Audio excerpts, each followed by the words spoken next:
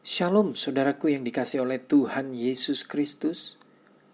Kami dari Gospel Light for Indonesia mempersembahkan seri Renungan Kehidupan. Firman Tuhan di dalam Filipi 4 ayat 4 berkata, "Bersukacitalah senantiasa dalam Tuhan." Sekali lagi kukatakan, bersukacitalah. Saudaraku, ketika Rasul Paulus menyampaikan perkataan tersebut di atas, apakah saudara tahu dia sedang berada di mana? Ya, Paulus sedang berada di penjara, saudaraku. Nah, tidakkah kita berpikir, bagaimana bisa seseorang yang sedang berada dalam penjara, yang notabene sedang berada dalam kesusahan, justru dia yang memberikan kata-kata penghiburan kepada orang-orang, khususnya jemaat di Filipi. Biasanya orang yang sedang dalam kesusahan, harusnya dia justru yang dihibur dan dikuatkan. Tapi yang terjadi malah sebaliknya. Saudara tahu kenapa?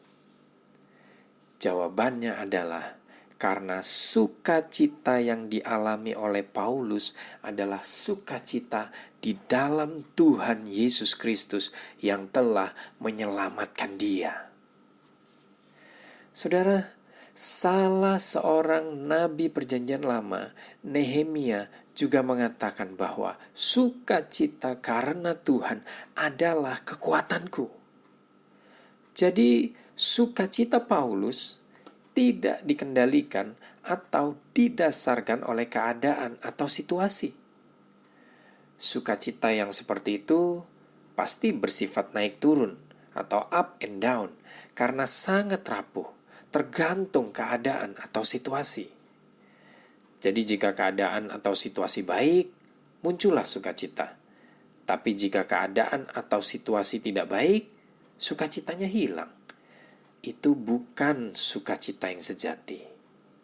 Sukacita sejati adalah sukacita karena Tuhan, di mana sukacita itu muncul bukan dari luar lalu masuk dan mempengaruhi apa yang ada di dalam kita, tapi sukacita sejati tersebut muncul dari dalam diri kita, lalu keluar dan mempengaruhi keadaan atau situasi yang ada di luar kita.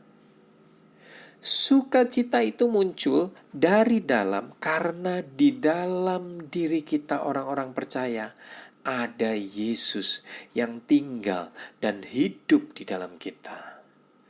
Yesus adalah sukacita terbesar kita, sehingga apapun yang terjadi di luar kita, kebenarannya itu tidak akan mempengaruhi atau menguasai apa yang ada di dalam kita.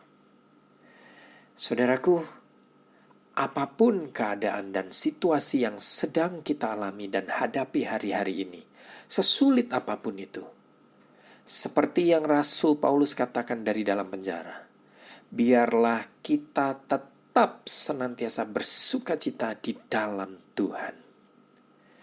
Setidaknya saudaraku, ingatlah bahwa kita sebagai orang-orang yang sudah percaya kepada Yesus sebagai Tuhan dan Juru Selamat pribadi, kita adalah orang-orang yang sudah diselamatkan.